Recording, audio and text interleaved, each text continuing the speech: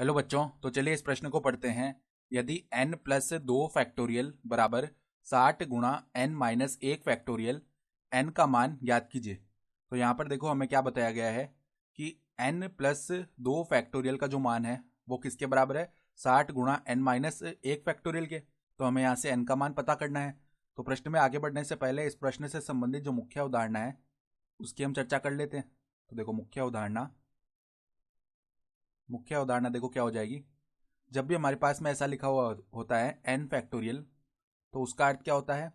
उसका अर्थ होता है n गुणा में n माइनस 1 गुणा में n माइनस 2 गुणा में n माइनस 3, यानी कि हम एक एक पद घटाते जाते हैं और ये गुणा होते रहते हैं जब तक कि एक ना आ जाता।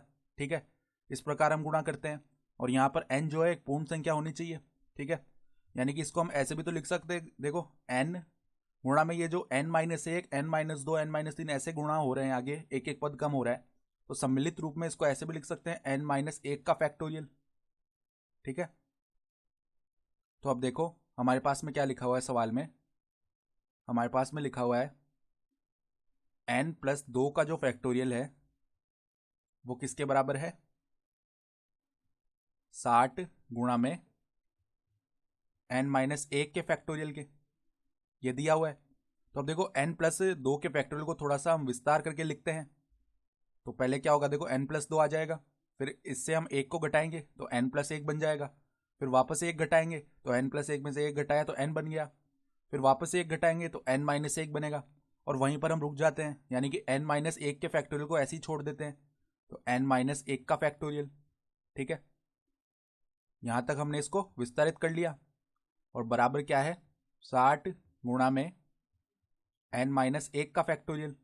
ठीक है, तो यहां से हम क्या देख सकते हैं, n माइनस 1 का फैक्टोरियल से n माइनस 1 का फैक्टोरियल भाग हो गया, तो हमारे पास में क्या बचा, n गुणा में n प्लस 1 गुणा में n प्लस 2, यही तीनों पद है, और ये किसके बराबर आ जाएगा, 60 के बराबर। तो अब देखो यहाँ पर n गुणा n प्लस 1 गुणा में n प्लस 2, 60 को देखो हम किस तरीके से लिख सकते हैं।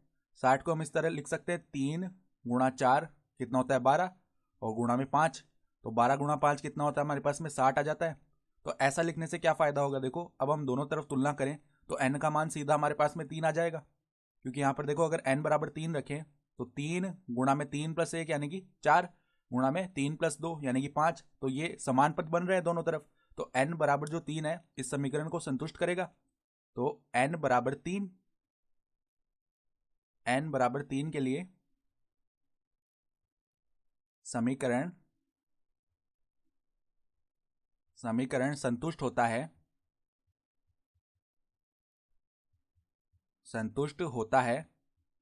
अतः जो n का मान है वो क्या आ जाएगा, अतः n बराबर क्या आ जाएगा, 3 आ जाएगा। तो जो सवाल में हमें n का मान पूछा गया था, तो हमारा उत्तर क्या हो जाएगा, n बराबर 3। तो आशा करता हूं कि आपको यह प्रश्न समझ में आया होगा। धन्यवाद।